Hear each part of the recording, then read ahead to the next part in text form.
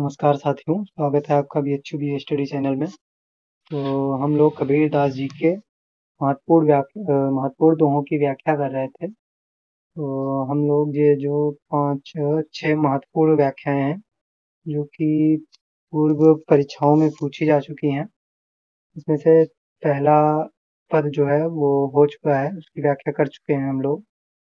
दूसरे की भी व्याख्या कर चुके हैं। आज तीसरे पद की बारी है। काहे री नन्ही तू कुम्हलानी। तो आइए इसकी व्याख्या कर लेते हैं।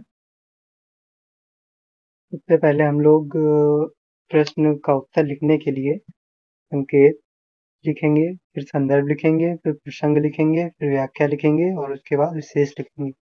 इतना लिखने के पश्चात ही हम लोगों की व्याख्या संपूर्ण होती है। तो ये 2016-17 में पूछा गया था। इसका संकेत लिख लेंगे, काहे री नन्ही ... भूख हमरे जान। इसका संदर्भ है, प्रस्तुत पंक्तियां कबीर के पद नामक शीर्षक से अवतरित हैं। इसके रचयिता हिंदी साहित्य के भक्ति काल के निर्गुण काव्य धारा के ज्ञानाश्री शाखा के सर्वश्रेष्ठ कवि कबीरदास जी हैं। इसका प्रसंग हो जाएगा, प्रस्तुत पद में कबीर ने आत्मा को कमल रूप में अभिव्यक्त कर जल रूपी परमात्मा से उसका शाश्वत संबंध निश्चित किया है। उन्होंने सिद्ध कर दिया है कि आत्मा का परमात्मा के बिना अस्तित्व असंभव है। ठीक है, तो इस प्रसंग में ये कबीरदास जी ने सिद्ध किया है।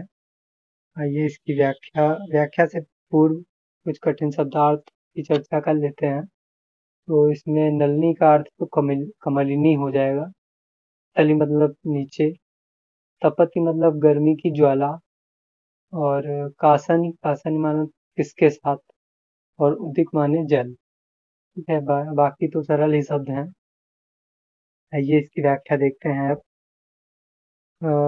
काहे री नलिनी तू कुम्हानी। कबीरदास जी कहते हैं कि अरे आत्मा रूपी कमलिनी, तू क्यों सूखती जा रही है।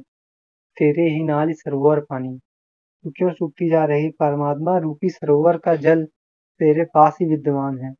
इस परमात्मा रूपी जल में ही तेरा जन्म हुआ है। जल में उत्पत्ति, जल में वास। तो इस परमात्मा रूपी जल में ही तेरा जन्म हुआ है और इसे जल में ही तेरा निवास भी है। जल में नलनी तो निवास, ना तली तपति न ऊपर आग, तोर हेतु काहू कासन इलाग। ना पृथ्वी का तपन ही तुझे झुलसाता है और ना ही तू सूर्य की तपन से तपती है। फिर किस प्रेम संबंध का दुख तुम्हारे अंदर उतर आया है। कहें कबीर जे उदित समान के नहीं हुए हमारे। ठीक है, जो तू इतनी मुरझाई हुई है।